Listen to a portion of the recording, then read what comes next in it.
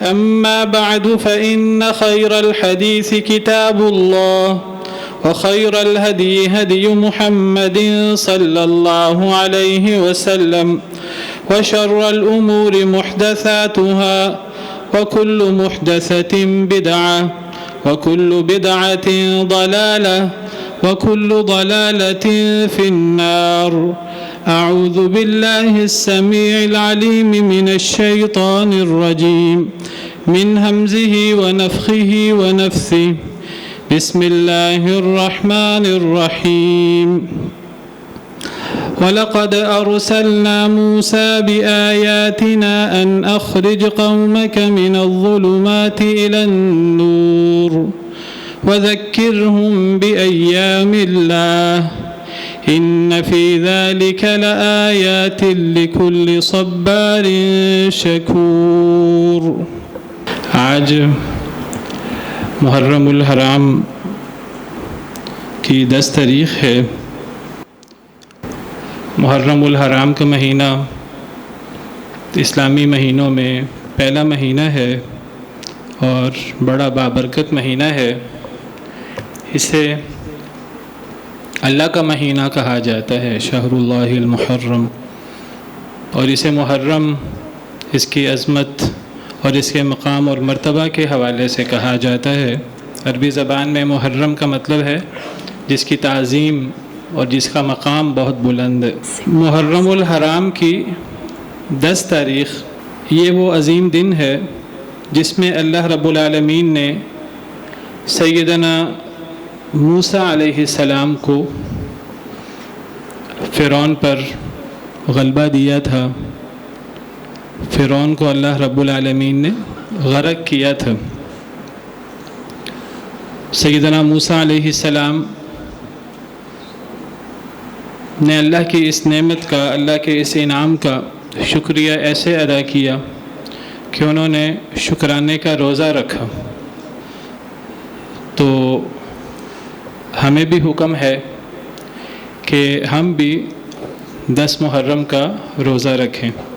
نبی کریم صلی اللہ علیہ وسلم نے فرمایا کہ ہم سیدنا موسیٰ علیہ السلام کے زیادہ قریب ہیں. جو لوگ اپنے آپ کو سیدنا موسیٰ علیہ السلام کی طرف منسوب کرتے ہیں وہ سیدنا موسیٰ علیہ السلام کی تعلیمات کو بھلا چکے ہیں. جو سیدنا عیسیٰ علیہ السلام کی طرف اپنے آپ کو منسوب کرتے ہیں وہ سیدنا عیسیٰ علیہ السلام کی تعلیمات کو بھلا چکے ہیں اور انہوں نے اپنا طور طریقہ، اپنے بدعات، اپنی خرافات سیدنا موسیٰ علیہ السلام کی شریعت میں، سیدنا عیسیٰ علیہ السلام کی شریعت میں شامل کر رکھی ہیں اور اپنے بنائے ہوئے طور طریقوں کو، اپنے بنائے ہوئے دین کو، جس کے اندر یہ خود کمی بیشی اضافے وغیرہ کر چکے ہیں، اسے انہوں نے یہودیت اور عیسائیت، مسیحیت کا نام دے دیا ہے. یہ بالکل ایسے ہی ہے جیسے مشرکین مکہ اپنے آپ کو ابراہیمی کہتے تھے، اپنی نسبت سیدنا ابراہیم علیہ السلام کی طرف کرتے تھے، لیکن وہ سیدنا ابراہیم علیہ السلام کی تعلیمات پر نہیں تھے. اسی لیے اللہ تعالیٰ نے فرمایا ما كان ابراہیم یہودیا ولا نصرانیا ولکن كان حنیفا مسلما وما كان من المشرکین. ابراہیم علیہ السلام نہ یہودی تھے نہ عیسائی تھے، لیکن وہ یک طرفہ مسلمان تھے اور وہ مشرک تو بالکل بھی نہیں تھے. ان اول الناس بابراہیم الذین اتبعوه وهذا النبی والذین آمنوا. ابراہیم علیہ السلام کے سب سے زیادہ قریبی اور ان کے پیروکار اور ابراہیمی ہونے کا سب سے زیادہ دعویٰ رکھنے کا حق کس کو ہے؟ اللہ تعالیٰ نے فرمایا للذین اتبعوه، ان لوگوں کو جنہوں نے حقیقی طور پر سیدنا ابراہیم علیہ السلام کی پیروی کی، جو سیدنا ابراہیم علیہ السلام پر ایمان لانے والے تھے ان کے دور میں. وَهَذَا النَّبِيُّ، اور یہ نبی، وَالَّذِينَ آمَنُوا، اور ایمان والے. تو یہی معاملہ ہے. مشرکین بھی اپنی نسبت سیدنا ابراہیم علیہ السلام کی طرف کرتے تھے، یہودی بھی سیدنا موسیٰ کے بعد اپنی نسبت سیدنا ابراہیم علیہ السلام کی طرف کرتے تھے، عیسائی بھی حضرت عیسیٰ کے بعد اپنی نسبت حضرت ابراہیم علیہ السلام کی طرف کرتے تھے. تو اللہ تعالیٰ فرماتے ہیں کہ اپنے نبی کی طرف نسبت کرنی ہو، یہ سیدنا ابراہیم علیہ السلام جو جد الانبیاء ہیں، جو ان تمام نبیوں کے جد امجد ہیں ان کی طرف نسبت کرنی ہو تو ان کی پیروی ضروری ہے، ان کے طور طریقوں کو ماننا ضروری ہے۔ میں نے اپنے خطبہ کے شروع میں جو آیت کریمہ تلاوت کی سیدنا موسیٰ علیہ السلام کے حوالے سے سورہ ابراہیم کی آیت کریمہ ہے۔ اللہ فرماتے ہیں وَلَقَدْ أَرْسَلْنَا مُوسَىٰ بِآيَاتِنَا، ہم نے موسیٰ علیہ السلام کو اپنی آیات، اپنے معجزات دے کر بھیجا۔ کیوں بھیجا؟ ان اخرج قومک من الظلمات الی النور، کہ اپنی قوم کو اندھیروں سے نور کی طرف نکالیے۔ جب تک لوگ اپنے من ماننے طور طریقوں پر چلتے ہیں، اپنی مرضی کے طور طریقوں پر اور اپنی بنائی ہوئی شریعتوں پر اور اپنی بدعات اور خرافات پر چلتے ہیں تو یہ ظلمات ہیں، یہ اندھیرے ہیں۔ اور نور کیا ہے؟ نور وہ ہے جو اللہ رب العالمین نے نازل کیا ہے آسمان سے، سیدنا آدم علیہ السلام پر، سیدنا نوح علیہ السلام پر، سیدنا ابراہیم، سیدنا موسیٰ، سیدنا عیسیٰ اور نبی آخر الزمان محمد رسول اللہ صلی اللہ علیہ وسلم پر۔ وَأَنزَلْنَا إِلَيْكُمْ نُورًا مُبِينًا، اے لوگوں ہم نے تمہاری طرف نور مبین نازل کیا ہے۔ تو سیدنا موسیٰ علیہ السلام دیگر انبیاء و رسول کی طرح لوگوں کو اندھیروں سے نور کی طرف نکالنے کے لیے آئے تھے۔ اللہ نے ان کو اور دیگر تمام انبیاء کرام علیہم السلام کو اللہ نے اسی لیے مبعوث فرمایا تھا۔ یہی اللہ رب العالمین کی چاہت ہے، یہی اللہ رب العالمین کی مرضی ہے، اور اللہ رب العالمین اپنے تمام بندوں سے یہی تقاضا کرتے ہیں۔ اللہ ولی الذین آمنوا یخرجہم من الظلمات الی النور، اللہ ایمان والوں کے ولی ہیں، دوست ہیں، مددگار ہیں، سب کچھ ہیں۔ یخرجہم من الظلمات الی النور، اللہ انہیں اندھیروں سے نور کی طرف نکالتے۔ اندھیرے کیا ہیں؟ میں پہلے بھی واضح کر چکا ہوں، دوبارہ ہماری منمانیاں، ہماری خواہشات، بغاوت، دنیاوی فائدے جو ہم چاہیں وہ ظلمات ہیں، ہماری مرضی۔ اور نور کیا ہے؟ ہم اللہ رب العالمین کے احکامات کے پابند ہوں، ہم وحی کے پابند ہوں، ہم اللہ کی مخلوق ہیں۔ جب اللہ نے ہمیں پیدا کیا ہے تو ہم اللہ کے احکامات کے سامنے جھکے ہوئے ہیں۔ جب اللہ نے پیدا کیا ہے تو ہدایت دینا بھی اللہ کا کام ہے۔ جس اللہ نے ہمیں پیدا کیا ہے اس اللہ نے ہمیں بتایا ہے کہ اس نے ہمیں کس کام کے لیے پیدا کیا ہے۔ نہ ہم اپنی مرضی سے دنیا میں آئے ہیں، نہ ہم نے اپنی مرضی سے دنیا میں جانا ہے۔ ہمیں اللہ نے پیدا کیا ہے اور ہم اللہ کے احکامات کے پابند ہیں۔ تو سیدنا موسیٰ علیہ السلام کے بارے میں اللہ نے فرمایا کہ ہم نے انہیں آیات دے کر بھیجا تھا، لوگوں کو اندھیروں سے نور کی طرف نکالیں، اپنی قوم کو اندھیروں سے نور کی طرف نکالیں۔ وَذَكِّرْهُمْ بِأَيَّامِ اللَّهِ، اور لوگوں کو اللہ کے ایام سے نصیحت کریں، لوگوں کو اللہ کے ایام سے نصیحت کریں۔ تذکیر بِأَيَّامِ اللَّهِ، سیدنا موسیٰ علیہ السلام کو اللہ نے اس لیے بھیجا تھا۔ یہ صرف سیدنا موسیٰ علیہ السلام کو اللہ نے یہ حکم نہیں دیا، یہ حکم اللہ نے تمام انبیاء و رسول کو یہی حکم دیا تھا۔ یہی حکم نبی کریم صلی اللہ علیہ وسلم کو بھی ہے کہ وہ لوگوں کو، اپنی قوم کو اللہ کے ایام سے نصیحت کریں۔ اللہ کے ایام سے کیا مراد ہے؟ سارے دن ہی اللہ کے ایام ہیں۔ آج کا دن بھی اللہ کا دن ہے، جمعے کا دن بھی اللہ کا دن ہے، ہفتے کا دن ہو، اتوار کا دن ہو، ہفتے کے جتنے بھی دن ہیں وہ، مہینے کے جتنے بھی دن ہیں وہ، سال کے جتنے بھی دن ہیں وہ، ہماری زندگی کا ایک ایک دن، ایک ایک لمحہ، ایک ایک ہفتہ، ایک ایک سال، پوری زندگی ہماری وہ اللہ کے ایام ہیں۔ لیکن یہاں اللہ کے ایام سے مراد اللہ کے خاص ایام ہیں، ایسے ایام جس میں اللہ نے اپنے بندوں پر بڑی بڑی خاص نعمتیں کی، خاص انعامات کیے، خاص طریقے سے، معجزاتی طریقے سے اللہ رب العالمین نے اپنے بندوں کی، اپنے نبیوں کی، ایمان والوں کی مدد کی۔ تو ان دنوں کو خاص طور پہ ایام اللہ کہا جاتا ہے، اللہ کے دن، وہ ایسے خاص ایام جن ایام میں اللہ نے جو اپنے نبیوں اور رسولوں سے اور جو کفار سے اللہ نے وعدہ کر رکھا ہے، نبیوں اور رسولوں سے، ایمان والوں سے اللہ نے فتح اور نصرت کا وعدہ کر رکھا ہے، اور کفار سے اور باغی اور سرکش لوگوں سے اللہ رب العالمین نے عذاب کا وعدہ کر رکھا ہے۔ جن دنوں میں اللہ یہ وعدہ پورا کرتے ہیں معجزاتی طریقے سے، ان دنوں کو بطور خاص ایام اللہ کہا جاتا ہے۔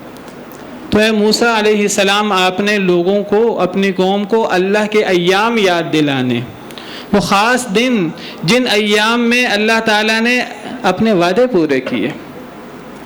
سیدنا موسیٰ علیہ السلام کے ساتھ جو وعدہ تھا، اس وعدے کی ایک صورت وہ 10 محرم کو پوری ہوئی، اور اسی طرح دیگر ایام، دیگر انبیاء و رسول کے حوالے سے سیدنا نوح علیہ السلام کو اللہ تعالیٰ نے جس دن ان کی قوم پر عذاب نازل ہوا، اور سیدنا نوح علیہ السلام کو اور ایمان والوں کو اللہ تعالیٰ نے نجات دی اپنی قوم سے۔ حضرت نوح علیہ السلام نے اللہ سے دعا کی تھی، رب انی مغلوب فانتصر ففتحنا ابواب السماء بماء منہمر۔ اللہ تعالیٰ نے آسمانوں کے دروازے کھول دیے، زمینوں میں اللہ نے چشمے جاری کر دیے۔ تو جس دن اللہ تعالیٰ نے وَنَجَّيْنَاهُ وَأَهْلَهُ مِنَ الْكَرْبِ الْعَظِيمِ، جس دن اللہ تعالیٰ نے سیدنا نوح علیہ السلام کو کرب عظیم سے، بہت بڑی مصیبتوں اور مشقتوں سے نجات دی، تو وہ اللہ کے ایام میں سے۔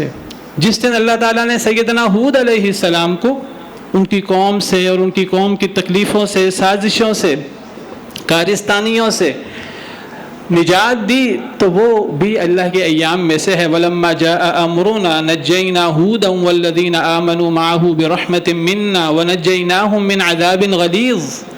بڑے سخت قسم کے عذاب اور مشقتوں میں وہ مبتلا تھے اپنی قوم کی طرف سے، تو اللہ نے ان کی قوم کو تباہ و برباد کر دیا، اور اللہ تعالیٰ نے سیدنا ہود علیہ السلام اور ایمان والوں کو اللہ رب العالمین نے نجات دی۔ سراسر اللہ رب العالمین کا کرم تھا، اللہ رب العالمین کا انعام تھا۔ جس دن اللہ تعالیٰ نے سیدنا صالح علیہ السلام کو ان کی قوم اور ان کی قوم کی طرف سے جو تکلیفیں تھیں، ان سے سیدنا صالح علیہ السلام کو، ایمان والوں کو نجات دی، وہ ایام اللہ میں سے۔ وَلَمَّا جَاءَ أَمْرُنَا نَجَّيْنَا صَالِحًا وَالَّذِينَ آمَنُوا مَعَهُ بِرَحْمَةٍ مِنَّا وَمِنْ خِزْيِ يَوْمِئِذٍ إِنَّ رَبَّكَ هُوَ الْقَوِيُّ الْعَزِيزُ وَأَخَذَ الَّذِينَ ظَلَمُوا الصَّيْحَةُ فَأَصْبَحُوا فِي دِيَارِهِمْ جَاثِمِينَ كَأَن لَّمْ يَغْنَوْا فِيهَا۔ جس دن اللہ تعالیٰ نے سیدنا ابراہیم علیہ السلام کو ان کی قوم کی آزمائشوں سے اور شرارتوں سے اور آگ سے اللہ رب العالمین نے بچایا، جس دن قوم شعیب کو، قوم لوط کو اور دیگر قوموں کو، سیدنا موسیٰ علیہ السلام کو 10 محرم کو اللہ نے نجات دی، تو ان ایام کو ایام اللہ کہا جاتا ہے۔ ان ایام کو یاد کرنا چاہیے، ان قصوں کو پڑھنا چاہیے۔ قرآن کریم کا ایک بہت بڑا حصہ ان قصوں پر اور ان ایام کے تذکروں پر مشتمل ہے۔ تقریباً 1/3 قرآن، بہت بڑا حصہ قرآن کا وہ ان پر مشتمل ہے، اور اللہ نے بھر دیا ہے قرآن کو ان سے، خاص طور پہ مکی صورتیں۔ مکی صورتوں میں زیادہ مشکلات تھیں نبی کریم صلی اللہ علیہ وسلم کے لیے، ایمان والوں کے لیے، تو اللہ تعالیٰ نے ڈھارس بندانے کے لیے کہ دیکھیں اللہ تعالیٰ نے انسان کو اس دنیا میں آزمائش کے لیے پیدا کیا ہے۔ دنیا میں آزمائش تو ہونی ہے، ہر شخص کی ہونی ہے، کوئی مومن ہے، کوئی کافر ہے، کوئی بہت بڑا سرکش ہے، اللہ رب العالمین کا دشمن ہے، یا کوئی اللہ رب العالمین کا بہت بڑا ولی ہے، کوئی نبی ہے۔ آزمائش ہر شخص کی ہونی ہے۔ یہ نہیں ہے کہ صرف ایمان والوں کی آزمائش ہونی ہے، یہ نہیں ہے کہ صرف کفار کی آزمائش ہونی ہے، ہر شخص کی آزمائش ہونی ہے، کیونکہ دنیا ہے ہی دار الابتلاء، دار الامتحان، دار الابتلاء وَنَبْلُوكُمْ بِالشَّرِّ وَالْخَيْرِ فِتْنَةً۔ اب جب آزمائش ہر شخص کی ہونی ہے تو وقتی طور پر ہمیں گاہے گاہے، موقع بموقع لگتا ہے جیسے کفار وہ ظاہراً غالب آ رہے ہیں، ان کے پاس تعداد زیادہ ہے، ان کے پاس مال و دولت زیادہ ہے، ان کے پاس اقتدار اور ان کے پاس ظاہری دنیا کی نعمتیں، مال و دولت موجود ہے۔ وہ ہمیں مغالطہ ہوتا ہے شاید وہ اللہ کی طرف سے نعمتوں میں وہ مبتلا ہیں، اللہ نے ان پہ کوئی انعامات کر رکھے ہیں، حالانکہ کسی کے پاس مال و دولت ہونا، ہم تفصیل سے سورہ کہف کی تفسیر جاری تھی ہماری پچھلے خطبات میں. آج چونکہ 10 محرم تھا تو میں نے کہا 10 محرم کے حوالے سے بطور خاص ایام اللہ کے حوالے سے بات کی جائے، سیدنا موسیٰ اور فرعون کے حوالے سے بات کی جائے، ورنہ ہمارا سورۃ الکہف میں ہم نے تفصیل سے پڑھا کہ اصل اہمیت اللہ رب العالمین کے ہاں ایمان اور تقوی اور دل اور نیک اعمال کی ہے، کہ اللہ کے ہاں اصل اہمیت ان ظاہری چیزوں کی ہے، مال، اقتدار، دولت، ظاہری عیاشی اور ان چیزوں کی. تو وقتی طور پر کفار کے پاس یہ چیزیں ہو جائیں تو کئی دفعہ شیطان لوگوں کو وسوسہ ڈالتا ہے، دھوکے میں مبتلا کرتا ہے، دھوکہ دیتا ہے. دیکھو جی یہ لوگ بڑے مالدار ہیں، بڑی نعمتوں میں ہیں، بڑے کامیاب ہیں، تو ہمیں بھی ان کے طور طریقے اپنانے چاہیے، ہمیں بھی ہر جائز ناجائز طریقے سے مال و دولت کمانا ہے، وہ کسی کو قتل کر کے کمانا پڑے، وہ کسی کو دھوکہ دے کر کمانا پڑے، جھوٹ بول کر، نا انصافی کر کے، رشوت کے ساتھ، اللہ رسول کے نافرمانی کے ساتھ، اس سے کوئی فرق نہیں پڑتا، بس مال ہونا چاہیے. یہ مال و دولت اللہ نے کفار کو بھی دیا ہے اور بہت زیادہ دیا ہے. فرعون بہت مالدار تھا، قارون کے پاس اتنا مال تھا کہ اس کے خزانوں کی چابیاں غلام نہیں اٹھا سکتے تھے، غلاموں کی پوری جماعت نہیں اٹھا سکتی تھی. حتی ان مفاتحہ لتنوء بالعصبۃ اولي القوہ، اس کے خزانوں کے کمروں کی چابیاں غلاموں کی ایک جماعت کو جھکا دیتی تھی. قرآن کا بڑا فصیح و بلیغ انداز میں تبصرہ ہے. اتنا مال اللہ نے دیا تھا قارون کو. اتنا مال ہونے کا مطلب یہ ہے کہ وہ اللہ کا بڑا برگزیدہ تھا؟ ہرگز نہیں. وہ تکبر کرتا تھا، غرور کرتا تھا، کہتا تھا میں نے اپنی صلاحیتوں سے یہ چیزیں کمائی ہیں. تو اللہ تعالیٰ آزمائش کے لیے بعض دفعہ اپنے نافرمانوں کو مال، دولت، اقتدار دے دیتے ہیں. ہمیں لگتا ہے کہ ظاہراً اس وقت غلبہ شاید وہ نافرمانوں کا ہے، وہ دنیا داروں کا ہے. یہی دنیا کی آزمائش ہے، یہی دنیا کا دھوکہ ہے. فوری ہمیں ایسا لگتا ہے، لیکن حقیقت کیا ہے؟ اللہ تعالیٰ ہمیں دنیا میں دکھاتے ہیں بار بار، ایک دفعہ نہیں، 2 دفعہ نہیں، 10 دفعہ نہیں، اللہ نے سینکڑوں مرتبہ، ہزاروں مرتبہ دکھایا ہے دنیا میں. اللہ نے یہی مثالیں قرآن کریم میں بھر دی ہیں کہ آخر کار کیا ہوا ہے. دنیا میں بھی آخر کار حق کو غلبہ ہوا ہے. والعاقبۃ للمتقین، انجام متقین کے ساتھ ہے. والآخرۃ عند ربک للمتقین، آخرت متقین کے ساتھ ہے. وللآخرۃ خیر لک من الاولی، اے نبی صلی اللہ علیہ وسلم آپ کے لیے آخرت اولی سے بہتر ہے.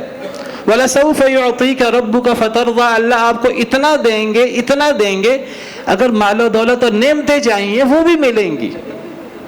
اصل تو اللہ نے آخرت میں وعدہ کر رکھا ہے، دنیا میں بھی ملیں گی، لیکن انجام کار ملیں گی. آزمائش ہوگی شروع میں. اسی لیے دنیا کو دنیا کہا جاتا ہے، قریبی زندگی، فوری چیز. یا دنیا کو اسی لیے عاجلہ کہا جاتا ہے، جلد ملنے والا فائدہ، جو پھوکا ہو، جو دیر پانا ہو، تو وہ دنیا کا فائدہ ہے. اور یہ دنیا کا سب سے بڑا دھوکہ ہے، اور یہ دنیا آزمائش ہے. اور یہ آزمائش سیدنا آدم علیہ السلام سے لے کر قیامت قائم ہونے تک باقی رہنی ہے، کیونکہ دنیا ہے ہی دارالابتلاء، دارالامتحان. اللہ نے قرآن کریم میں مثال پیش کی ہے حق اور باطل کی. 2 مثالیں پیش کی ہیں ایک ہی آیت کریمہ میں، سورہ رعد میں. ہمیں ان مثالوں پر بھی غور کرنا چاہیے. اللہ فرماتے ہیں کہ یہ جب سیلاب آتا ہے، آسمانوں سے بارشیں ہوتی ہیں، تو زمین میں بہت زیادہ پانی جو بڑا فائدہ مند ہوتا ہے وہ آ جاتا ہے، لیکن اس پانی کے اوپر بڑا موٹا ہمیں خس و خاشاک اور گند نظر آتا ہے. دور سے دیکھیں تو لگتا ہے جیسے یہ پانی نہیں ہے، یہ پورا یہ گند والا ہی ہے، سارے کا سارا خس و خاشاک. انزل من السماء ماء فسالت اودية بقدرها فاحتمل السيل زبدا رابيا. یہ جو گند والا نظر آتا ہے سیلاب کے اوپر، بڑا موٹا، بڑا پھولا ہوا نظر آتا ہے، لگتا ہے جیسے سب کچھ یہی ہے. ومما يوقدون عليه في النار ابتغاء حلية او متاع زبد مثل، یہ جو لوگ سونا چاندی دھاتوں کو پگھلاتے ہیں اور ان کا کھرا کھوٹا الگ کرتے ہیں، ان کو آگ پر تپاتے ہیں، تو وہ آگ پر تپانے سے وہ اصل دھات جو قیمتی چیز ہے وہ نیچے بیٹھ جاتی ہے، اس کے اوپر بھی بڑا پھولا ہوا جھاگ سا آ جاتا ہے، زبد مثلو، اسی طرح کا جھاگ، اسی طرح کا گند جس طرح کر کے سیلاب کے اوپر ہوتا ہے۔ یہ مثال ہے حق اور باطل کی، دو مثالیں اللہ نے دی ہیں، ایک سیلاب کی اور ایک یہ سونا چاندی اور دھاتوں کی۔ کذالک یضرب اللہ الحق والباطل، اسی طرح اللہ حق اور باطل کی مثال پیش کرتے ہیں، یہ حق اور باطل کی مثال ہے۔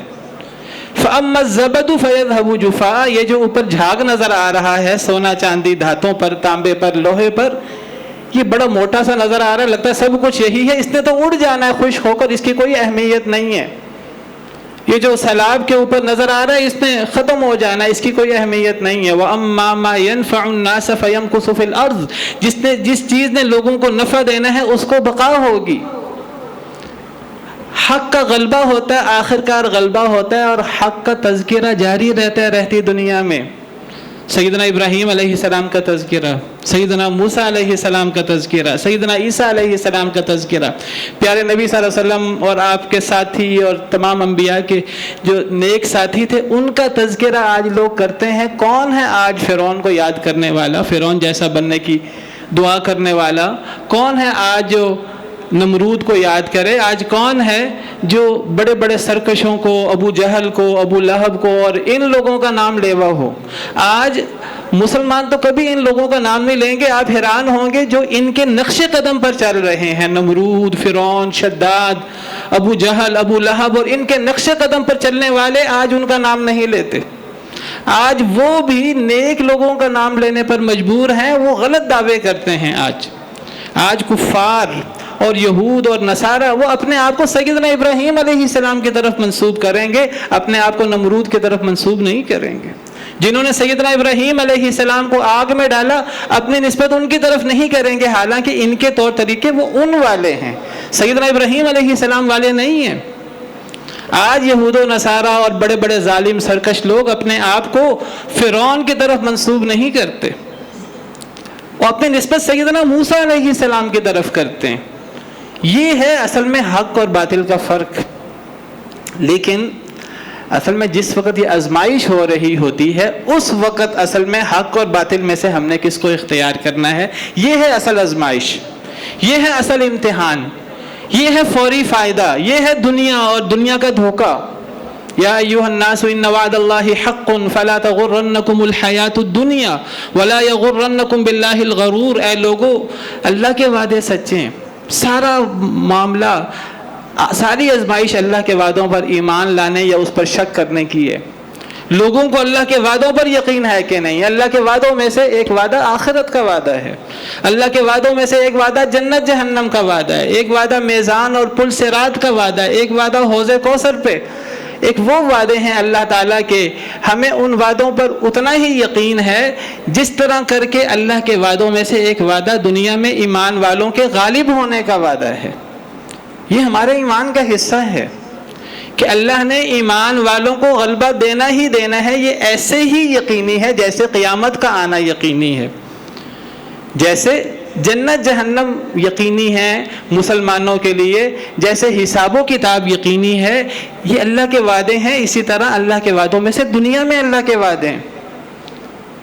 سیدنا موسیٰ علیہ السلام نے اپنی قوم کو، ان کی قوم نے حضرت موسیٰ سے کہا، وقال موسیٰ لقومہ، حضرت موسیٰ کی قوم نے کہا کہ اے موسیٰ آپ ابھی نہیں آئے تھے تب بھی ہم آزمائشوں میں مبتلا ہوتے تھے، اور آپ کے آنے کے بعد بھی ہم آزمائشوں میں مبتلا ہوئے۔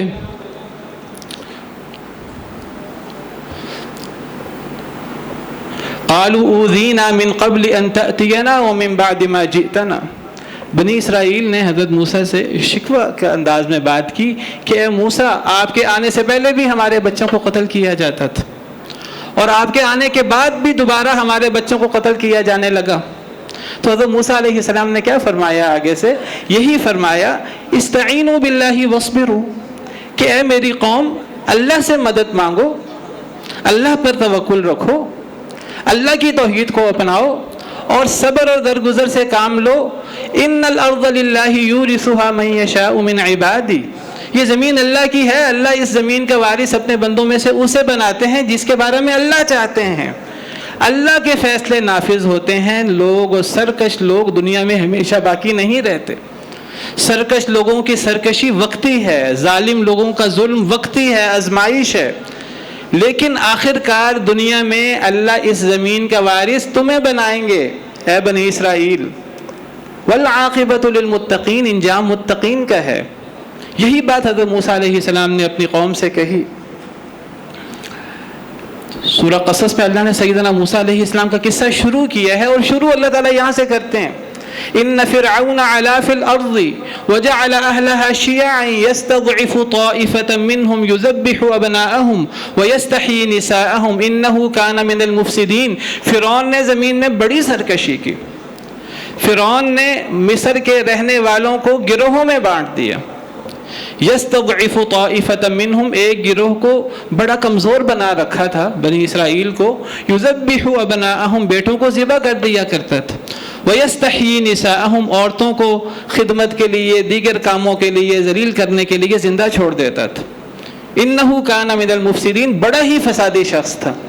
آگے کیا فرمایا؟ وَنُرِيدُ أَن نَّمُنَّ عَلَى الَّذِينَ اسْتُضْعِفُوا فِي الْأَرْضِ، ہم کیا چاہتے تھے؟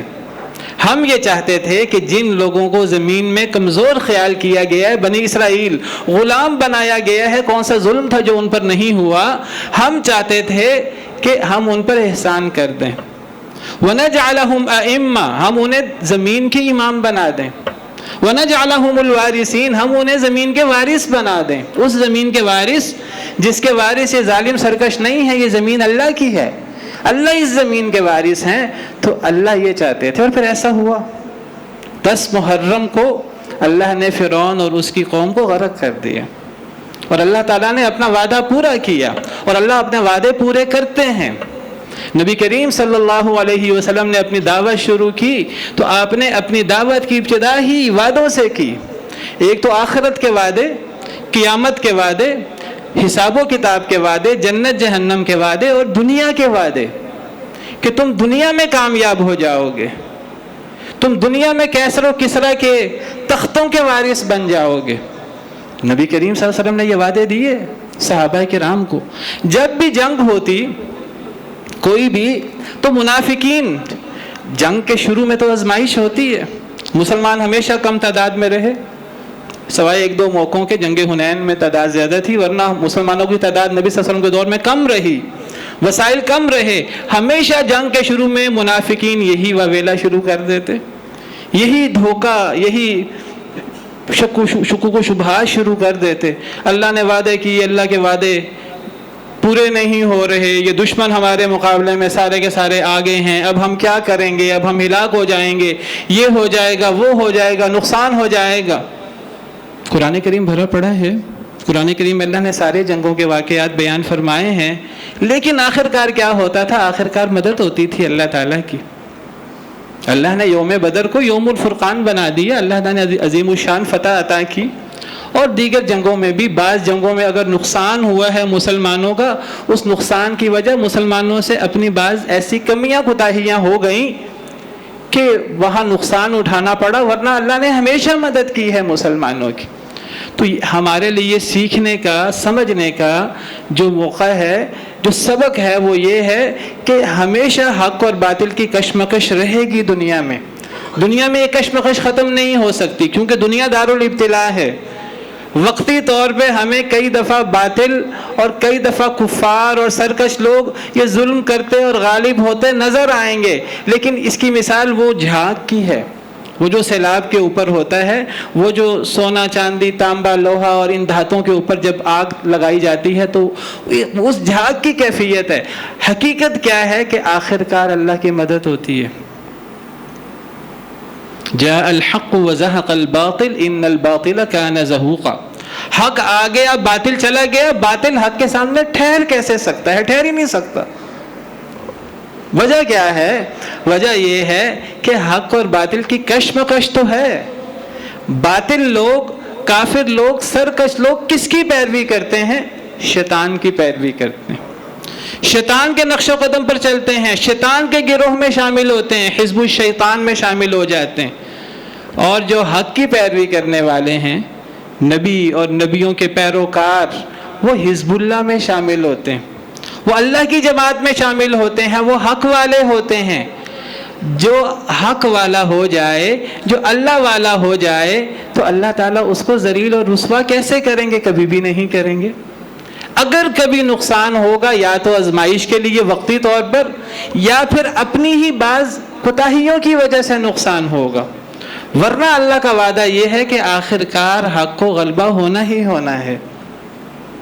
سورہ سبا میں اللہ فرماتے ہیں قُلْ جَاءَ الْحَقُّ وَمَا يُبْدِئُ الْبَاطِلُ وَمَا يُعِيدُ۔ اے نبی صلی اللہ علیہ وسلم آپ اعلان کر دیجئے کہ حق آ گیا، وَمَا يُبْدِئُ الْبَاطِلُ وَمَا يُعِيدُ، باطل پہلے بھی کبھی غالب نہیں آیا تھا اور کبھی قیامت تک غالب نہیں آئے گا، اس سے بڑا اللہ کا وعدہ کیا ہوگا؟ نبی صلی اللہ علیہ وسلم کے دور میں بھی حق غالب آیا، موقع بموقع صحابہ کرام نے اپنی آنکھوں سے دیکھا، اللہ نے ثابت کیا حق غالب آیا۔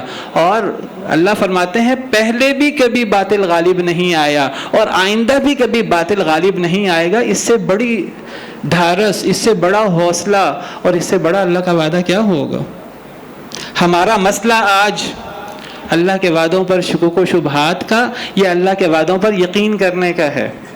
ہمارا آج کا مسئلہ نہ ٹیکنالوجی ہے، نہ آج کا مسئلہ ہمارا کوئی وسائل کی کمی ہے، نہ آج کا مسئلہ کوئی محنت میں کمی ہے۔ ہمارا آج کا اصل مسئلہ جس پر کوئی بات نہیں کرتا الا ماشاء اللہ، ہمارا آج کا مسئلہ اللہ کے وعدوں پر یقین اور اللہ کے وعدوں پر شکوک و شبہات کا مسئلہ ہے۔ مسلمان کی پہلی صفت الذین یؤمنون بالغیب، مومن وہ ہوتا ہے جو اللہ کی طرف سے یہ جو غیبی امور ہیں اور جو اللہ کی طرف سے یہ وعدے ہیں اللہ رسول کے، جو قرآن کریم میں صحیح احادیث مبارکہ سے ثابت ہیں، مسلمان کی پہلی صفت ہے ان غیبی امور پر ایمان لانا۔ جو جتنا زیادہ ایمان لاتا ہے وہ اتنا زیادہ اللہ کے قریب ہو جاتا ہے، چاہے اس کے پاس دنیا میں کوئی وسائل نہ بھی ہوں۔ سیدنا ابراہیم علیہ السلام اور ان کی قوم، حضرت ابراہیم علیہ السلام نے اپنی قوم کے سامنے توحید کو واضح کیا۔ اگر آپ تعداد دیکھیں، سیدنا ابراہیم علیہ السلام اکیلے ہیں، فرد واحد ہیں، دوسری طرف پوری قوم ہے۔ اگر دنیاوی اعتبار سے دیکھیں، آپ افراد دیکھیں، اگر آپ مال و دولت دیکھیں، اگر آپ اقتدار دیکھیں، اگر آپ دنیاوی اعتبار سے دیکھیں، تو دنیاوی اعتبار سے تو ساری آج کل جس طرح کر کے ہم فیصلے کرتے ہیں لوگوں کے مال و دولت کو دیکھ کر اور ظاہر کو دیکھ کر، اس اعتبار سے تو ہر چیز قوم کے پاس تھی۔ سیدنا ابراہیم علیہ السلام اکیلے تھے، غلبہ حضرت ابراہیم علیہ السلام کا ہوا ہے۔ سیدنا ابراہیم علیہ السلام کو اللہ نے آگ سے بھی بچا لیا ہے۔ سیدنا ابراہیم علیہ السلام اپنے مقصد میں پورا ہو کر اپنی دعوت پہنچا کر کسی نے مانی ہے کہ نہیں مانی؟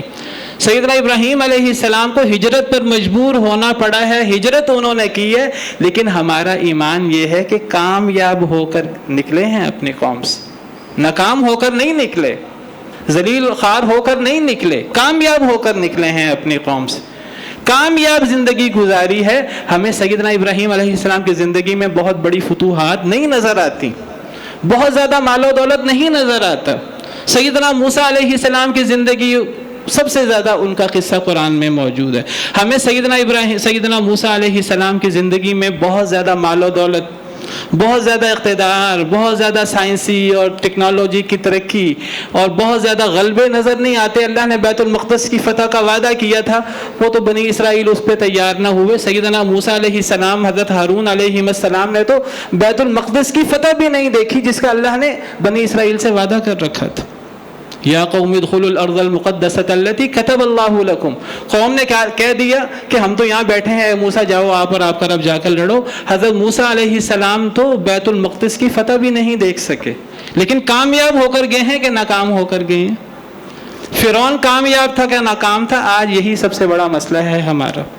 آج پھر ہم ان تعلیمات کو بھولے ہوئے ہیں۔ آج میٹیریلزم کی بات ہوتی ہے، آج مال و دولت کی بات ہوتی ہے، آج اقتدار کی بات ہوتی ہے، آج سائنس اور ٹیکنالوجی کی بات ہوتی ہے۔ ان چیزوں سے کوئی انکار نہیں ہے۔ میں یہ نہیں کہتا ہمیں ان چیزوں کے لیے کوشش نہیں کرنی چاہیے، ہمیں پڑھنا نہیں چاہیے، ہمیں سائنس اور ٹیکنالوجی اور ہتھیار اور میزائل اور ہمیں یہ کام نہیں کرنے چاہیے۔ جو اصل کرنے کا کام ہے وہ بھولے بیٹھے ہیں ہم۔ ایمان اور تقوی اور دین کی تربیت جب وہ ہوتی ہے تو ساری چیزیں، وہ تو دین کا حکم ہے آگے سے، وہ ساری دنیاوی مفاد بھی، دنیاوی فائدے بھی ملتے ہیں، مال بھی ملتا ہے، اقتدار بھی ملتا ہے، وہ سائنسی ٹیکنالوجی بھی ملتی ہے، دنیا کی ترقی بھی ملتی ہے، دنیا کی خلافت بھی ملتی ہے، سارے اللہ نے وعدے کر رکھے ہیں۔ ہم اصل میں وہ سارے وعدے چاہتے ہیں کافر اور کفار کے طور طریقوں پر عمل کر کے۔ ہم کہتے ہیں ہمیں اس طریقے سے کامیابی حاصل کرنی ہے، اس طریقے سے ترقی کرنی ہے جس طریقے سے امریکہ نے کی، جس طریقے سے یورپ نے کی، جس طریقے سے اسرائیل نے کی، جس طریقے سے انڈیا نے کی، جس طریقے سے چائنا نے کی۔ ہماری ساری سیاسی جماعتیں الا ماشاء اللہ سب کا یہی نعرہ ہے۔ ہمارا سب سے بڑا مسئلہ یہ ہے کہ ہم آج دنیا میں ذلیل ہیں، حقیر ہیں، اور اس سے بڑا ہمارا مسئلہ یہ، ہمیں یہ نہیں پتہ ہم دنیا میں ذلیل کیوں ہیں، حقیر کیوں ہیں، ہم دنیا میں آج اتنے بے وقت اور بے حمیت کیوں ہیں۔ ہمیں یہ نہیں پتا ہماری ذلت کی وجہ کیا ہے۔ ہماری ذلت کی اصل وجہ، کوئی بھی بات کرے گا سیاستدان، جی وہ سائنس اور ٹیکنالوجی میں ہم پیچھے رہ گئے، فلاں چیز میں ہم پیچھے رہ گئے، وہ یورپ یہ کرتا ہے، امریکہ یہ کرتا ہے، اسرائیل میں لوگ یہ کرتے ہیں۔ کوئی یہ نہیں کہتا کہ پرانے انبیاء کرام علیہ السلام نے کیا کیا، نیک لوگوں نے کیا کیا، پیارے نبی صلی اللہ علیہ وسلم نے کیا کیا، صحابہ کرام نے کیا کیا۔ قرآن کریم کو پڑھ کر دیکھیں، قرآن کریم ہمیں بتاتا ہے کہ ہم کیوں پیچھے ہیں آج۔ بہرحال بات میری دور نکل رہی، تو میں بات کر رہا تھا کہ اللہ نے حق کو غالب کرنا ہی کرنا ہے، کیونکہ اللہ حق اللہ کا ہے، اللہ کی طرف سے ہے، بلکہ اللہ خود حق ہے۔ ذالک بأن اللہ هو الحق، اللہ خود حق ہے، اللہ کا نامی حق ہے، اللہ کا مبارک نام حق ہے، باقی سب چیز باطل ہے۔ تو ہم نے اللہ کے ساتھ جڑنا ہے، اپنے دین کے ساتھ جڑنا ہے، اپنے دین پر عمل کرنا ہے، اور ہمارا سب سے بڑا مسئلہ ایمان بالغیب کا، اللہ کے وعدوں پر یقین کا ہے۔ ہم آج کیوں دین نہیں پڑھتے، ہم آج قرآن کیوں نہیں پڑھتے؟ ہمیں یہ یقین ہی نہیں ہے کہ قرآن پڑھ کے، دین پڑھ کے ہم دنیا میں کامیاب بھی ہوں گے کہ نہیں ہوں گے۔ اگر ہمیں یقین ہے تو ہم کیوں نہیں پڑھتے؟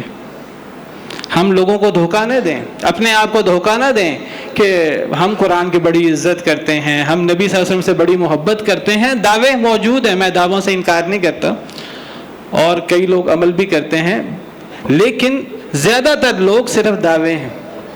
اگر ہم قرآن اور قرآن کی تعلیمات پر، نبی صلی اللہ علیہ وسلم اور آپ کی سیرت پر ہمیں یقین ہے، ایمان ہے کہ قرآن اور سنت پر عمل کر کے ہم دنیا میں بھی کامیاب ہوں گے، آخرت میں بھی کامیاب ہوں گے، یہ چیز ہمارے دعووں میں، ہماری باتوں میں، روزمرہ زندگی میں نظر کیوں نہیں آتی؟ تو ہمیں انبیاء کرام علیہ السلام کے قصے پڑھنے ہیں۔ قرآن کریم کا ایک بڑا حصہ ان قصوں پر مشتمل ہے۔ ہمیں اسے پرانے لوگوں کی کہانیاں نہیں سمجھنا، ہمیں اس سے نصیحت حاصل کرنی ہے۔ لقد کان فی قصصہم عبرۃ لأولی الالباب، ان قصوں میں بڑی بڑی عبرتیں ہیں۔ فقصص القصص لعلہم یتفکرون، اے نبی صلی اللہ علیہ وسلم اپنی قوم پر یہ قصے بیان کریں تاکہ لوگ غور و فکر کریں۔ ہمیں سیدنا موسیٰ اور فرعون کا قصہ پڑھنا ہے، بار بار پڑھنا ہے، اور اس سے سبق حاصل کرنا ہے، اپنی زندگی میں تبدیلی لانی ہے اس سے۔ اور ہمارا ایمان ہونا چاہیے کہ اللہ کا وعدہ وہ ایمان والوں کے ساتھ ہے، وہ نیکی کرنے والوں کے ساتھ ہے، وہ قرآن دین پر عمل کرنے والوں کے ساتھ ہے، چاہے ان کے پاس بہت زیادہ مال نہ ہو، بہت زیادہ اقتدار نہ ہو، دنیا کی نعمتیں نہ ہوں۔ اللہ تعالیٰ نے سیدنا موسیٰ علیہ السلام کو 10 محرم کو فتح عطا فرمائی۔ 10 محرم کی بڑی فضیلت ہے، اور محرم کی فضیلت میں نے شروع میں بیان بھی کی بعض باتیں اس حوالے سے، لیکن ہم یہ نہ سمجھیں کہ یہ فتح صرف محرم میں ہوتی ہے، یا یہ فتح صرف 10 محرم کو ہوتی ہے۔ دنوں میں اپنی اصل کے مطابق دنوں میں کوئی خیر اور شر نہیں ہے، اپنی اصل کے اعتبار سے۔ یعنی اگر ایک بندہ دین پر عمل نہیں کر رہا، اس کو محرم سے کیا لینا دینا؟ اگر ایک بندہ دین پر صحیح طریقے سے عمل پیرا نہیں ہے، 10 محرم کے ساتھ اس کا کیا تعلق ہے؟ میں کہتا ہوں محرم چھوڑیں، اگر ایک بندہ دین پر عمل نہیں کرتا، دیندار نہیں ہے، رمضان سے بھی اسے کوئی فائدہ نہیں ہونے والا، یہ جو ذوالحجہ کے دن ہے اس سے بھی اسے کوئی کچھ حاصل نہیں ہونے والا۔ اگر ایک بندہ دین پر عمل نہیں کرتا، دیندار نہیں ہے، اللہ رسول کے سامنے سر نہیں جھکاتا، لیلۃ القدر کے ساتھ اس کا کیا تعلق ہے؟ ان دنوں سے اور ان مہینوں سے اور ان ایام سے اسے کوئی فائدہ ہونے والا نہیں ہے. اور اصلاً ان دنوں میں اپنی اصل کے اعتبار سے کوئی خیر اور شر نہیں ہے. ہم یہ نہ سمجھے کہ بعض دنوں میں خیر ہوتی ہے، وہ ہر ایک کو حاصل ہو جاتی ہے، چاہے مسلمان ہے، چاہے کافر ہے، چاہے متقی ہے، چاہے فاسق و فاجر ہے، ہر شخص کو ان دنوں کی خیر سے فائدہ ہو جاتا ہے. ایسے نہیں ہوتا. نہ ہی یہ جو دن ہیں، جو مثلا 10 محرم کا دن ہے، اللہ تعالیٰ نے سیدنا موسیٰ علیہ السلام کو فرعون پر فتح دی. سیدنا موسیٰ کے لیے، ان پر ایمان لانے والوں کے لیے، ایمان والوں کے لیے یہ خوشی کا دن ہے. اور ہم اس دن شکرانے کے لیے، حضرت موسیٰ نے روزہ رکھا تھا، ہم بھی روزہ رکھتے ہیں شکرانے کے لیے. نبی صلی اللہ علیہ وسلم نے روزہ رکھا، ہمیں روزہ رکھنے کا حکم دیا، ہم بھی روزہ رکھتے ہیں. لیکن یہی دن کفار کے لیے نحوست والا بھی تو ہوا.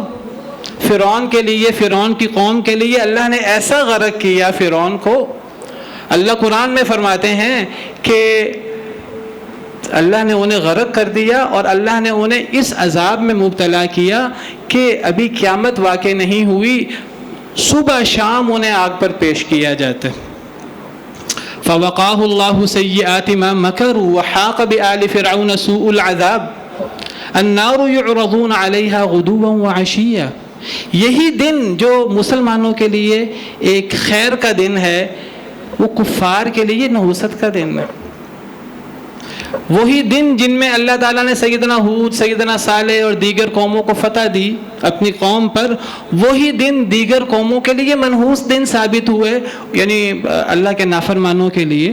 اللہ نے قرآن کریم میں ان دنوں کو ان قوموں کے لیے منحوس دن قرار دیا ہے. فی یوم نحس مستمر. قوم عاد پر جو ہوا چلی تھی وہ منحوس دنوں میں چلی تھی. وہ دن حضرت ہود کے لیے برکت والے دن تھے، لیکن ان کی قوم کے لیے، نافرمانوں کے لیے، سرکشوں کے لیے نحوست والے دن تھے. میں ذکر یہ کر رہا ہوں دنوں کے اندر فی نفسی ہی برکت، خیر اور شر نہیں ہوتا. وہ ان کے اندر خیر اور شر ہمارے اعمال یا ہماری بدعمالیوں کی وجہ سے پیدا ہوتا ہے. اصل چیز ہمارا عمل ہے. ہمیں اپنے عمل کی طرف توجہ کرنی ہے. اگر ہمارا عمل نیک ہے تو ہمارے لیے سارے دن ہی خیر و برکت کے دن ہیں. اور یہ جو ایام ہیں یہ بطور خاص ہمارے لیے خیر و برکت کے دن ہیں. اگر ہم ایمان والے ہیں تو، اگر ہم دین پر عمل کرنے والے ہیں تو ہمارے لیے، یعنی اگر ہم رمضان یا محرم یا ان مخصوص ایام کے علاوہ باقی دنوں میں اللہ کی عبادت کریں گے تو ثواب نہیں ہوگا. ہوگا. باقی دنوں میں کیا اللہ کی کوئی نعمت نازل نہیں ہوتی؟ ہوتی ہے. اللہ کی نعمتوں کے لیے صرف محرم کا مہینہ یا رمضان کا مہینہ نہیں ہے. جنگ بدر اللہ نے رمضان میں فتح دی مسلمانوں کو. جنگ خندق شوال میں ہوئی، شوال میں مسلمانوں کو فتح ہوئی. باقی غزووں میں کسی غزوے میں کس مہینے، کسی غزوے میں کس مہینے، کسی غزوے میں کس مہینے اللہ کی طرف سے فتح ہوئی. خیبر وہ محرم میں فتح ہوا. تو یہ ایام بابرکت ہیں، لیکن ان کی اصل خیر و برکت ایمان کے ساتھ. اگر ایمان نہیں ہے تو ان کی خیر و برکت کسی کو حاصل نہیں ہوگی. تو اصل خیر و برکت ہماری نیکی، ہمارے اعمال میں ہے، اور اصل نحوست ہماری بدعمالیوں میں ہے.